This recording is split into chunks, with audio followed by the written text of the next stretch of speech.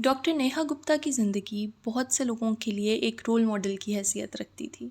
36 साल की उम्र में वो ओक्लाहोमा सिटी की एक मशहूर और मोहतरम पीडियाट्रिशन यानी बच्चों की डॉक्टर थी। सिर्फ ये नहीं कि वो क्लिनिक्स में बच्चों का इलाज करती थी, बल्कि वो university of Oklahoma health sciences center में नए डॉक्टर्स को भी ट्रेन करती थी। Hello everyone and welcome to psychology and crime. उम्मीद करती हूँ आप सबका दिन बहुत अच्छा गुजरा होगा। मैं हूँ एमा और मैं आपसे मिलूँगी यहाँ हर मंडे एक नए ट्रू क्राइम केस के साथ। अगर आप भी मेरी तरह ट्रू क्राइम फ़ैन हैं तो I highly suggest you to subscribe. Video शुरू करने से पहले मैं ये बात वाज़ेह कर दूँ कि आज की वीडियो से मेरा मकसद किसी को भी डिसरिस्पेक्ट करना बिल्कुल भी नहीं है।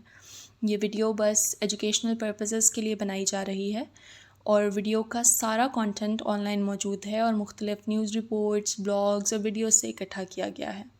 एक डिस्क्लेमर भी देती चलूँ कि आज की वीडियो में मर्डर और चाइल्ड अब्यूज़ की थीम्स शामिल हैं।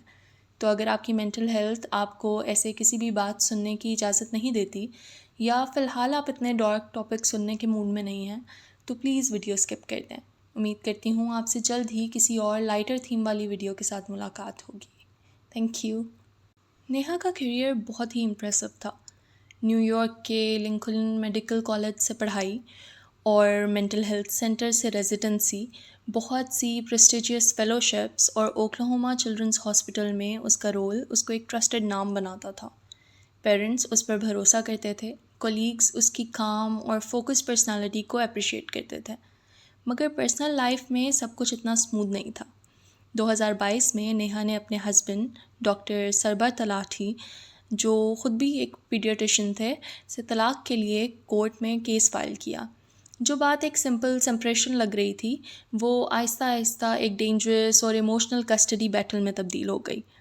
नेहा ने चाहा कि आर्या, उनकी 4 साल की बेटी, की पूरी कस्टडी उसे मिल जाए, लेकिन कोर्ट ने मना कर दिया। इस पर नेहा ने अपने हस्बैंड पर डोमेस्टिक वायलेंस का इल्ज़ाम लगाकर प्रोटेक्शन ऑर्डर लिया, लेकिन कोर्ट ने जब उससे प्रूफ मांगा तो वो नहीं दे सकी और इस वजह से ये ऑर्डर भी एक्सटेंड नहीं हुआ। 2024 में तलाक फाइनलाइज हुई, लेकिन उस वक्त तक केस सिर्फ कस्टडी का नहीं रहा था, ये पावर और कंट्रोल का एक इंटेंस झगड़ा बन चुका था। और फिर मई 2025 में कोर्ट ने नेहा को ऑर्डर दिया कि वो अपने एक्स हस्बैंड की लीगल फ़ीस के $80,000 अदा करेगी और लॉयर्स ने उसकी सैलरी गार्निश करनी शुरू कर दी। इसी वक्त उसकी नौकरी भी ओक्लाहोमा चिल्ड्रंस हॉस्पिटल से चुप करके ख़त्म कर दी गई, उसको खामोशी से फायर कर दिया गया। इतने ज़्यादा स्ट्रेस किसी के लिए भी ओवरवेलमिंग हो सकता था। तो नेहा ने ये सोचा कि वो इस सब से एक ब्रेक लेगी और वो अपनी बेटी को लेके वेकेशन पे जाएगी।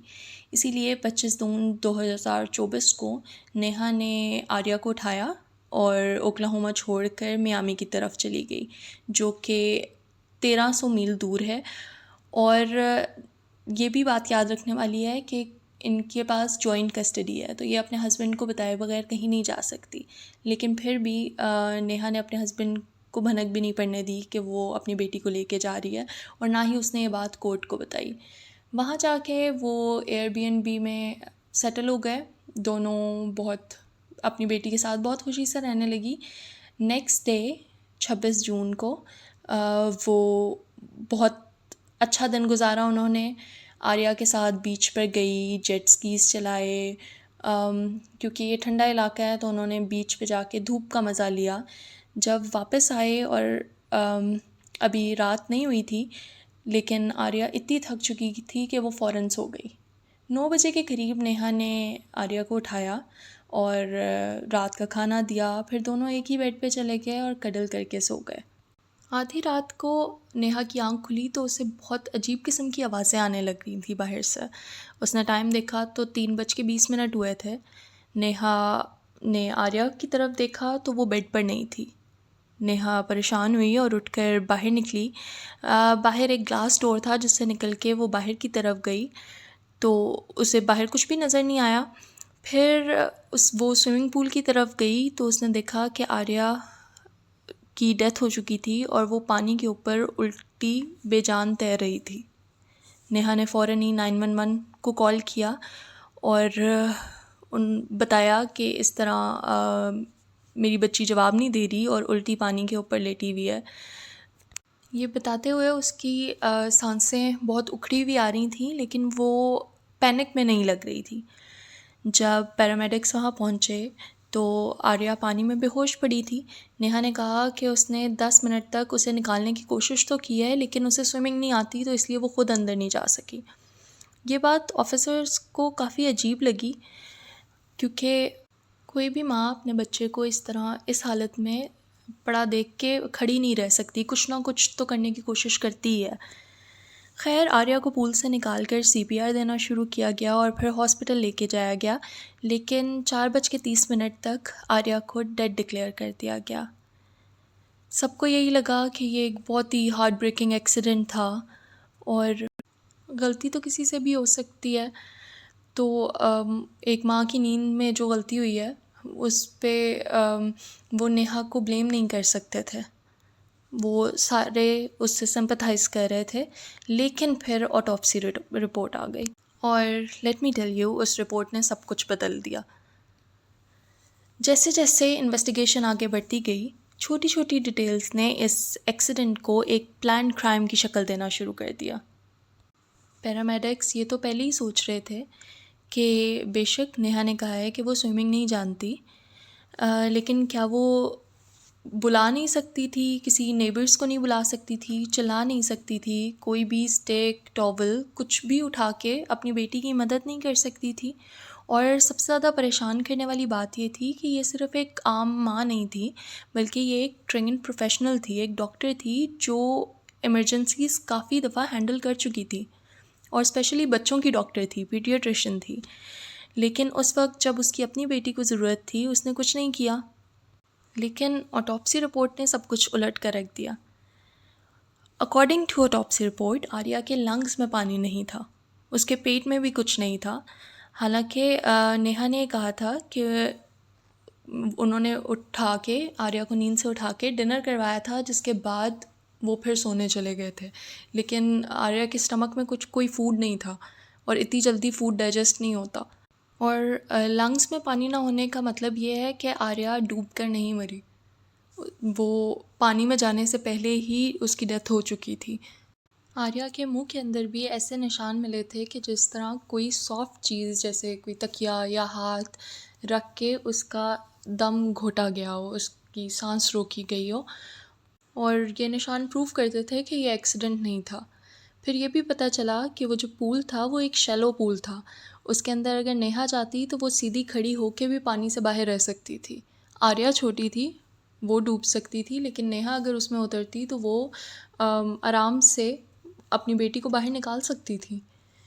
फिर अगर नेहा को स्विमिंग नहीं आती थी तो उसने ऐसा एयरबीएनबी लिया ही क्यों जिसमें पानी हो। सेफ्टी इश्यूज़, एक पीडियाट्रिशियन को तो काफ़ी कुछ पता होता है, ये सारी बातें तो उसे पता होनी चाहिए थी।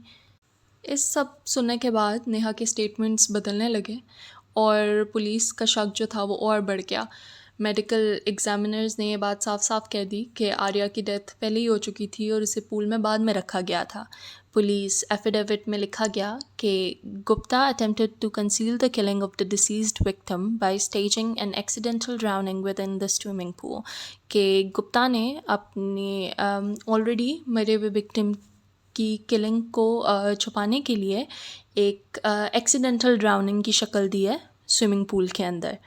पूरे ट्रिप में सिर्फ नेहा और आर्या ही उस एयरबीएनबी में मौजूद थे, तो कोई और विटनेस भी नहीं था। 1 जुलाई को आर्या की मौत के सिर्फ 4 दिन बाद नेहा गुप्ता के ख़िलाफ़ मर्डर का अरेस्ट वारंट इशू किया गया। ओक्लाहोमा सिटी में उसको उसके घर से अरेस्ट किया गया और उसने कोई रेजिस्टेंस नहीं दिखाई, चुप करके पुलिस के साथ चली गई। डॉक्टर नेहा गुप्ता अब एक सस्पेक्ट थी अपनी ही बेटी के कत्ल में। उसके लॉयर्स ने कहा कि पुलिस ने जल्दी फ़ैसला किया है, वो पूरा वक्त कोऑपरेटिव रही है और किसी से छुपी नहीं है। उसके डिवोर्स अटर्नी ने भी कहा कि ये एक ग्रीविंग माँ है जो कि एक अनइमेजिनेबल लॉस का सामना कर रही है, वो किलर नहीं हो सकती। लेकिन सबूत कुछ और ही कह रहे थे। सबूत बार बार बता रहे थे कि नेहा गुप्ता ही किलर है। कुछ लोग कहते हैं कि ये एक रिवेंज था, एक आखिरी ब्लो उस शख्स के लिए जिसने नेहा से सब कुछ छीन लिया है। लेकिन दूसरी तरफ लोग ये भी कहते हैं कि अगर नेहा जैसी स्मार्ट और मेडिकली ट्रेंड औरत ने ये प्लान किया होता तो वो क्या इतनी बेसिक गलतियाँ करती? क्या वो डूबना स्टेज करती जबकि उसे पता है कि ऑटोप्सी में सब कुछ सामने आ जाना है?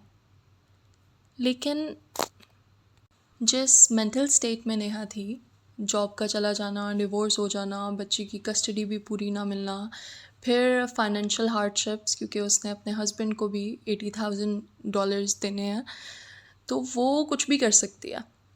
खैर, आपका क्या ख्याल है कि क्या डॉक्टर नेहा गुप्ता ने ही ये मर्डर किया है या इसके पीछे कोई और रीज़न है? Let me know in the comments. That's it for today. Bye.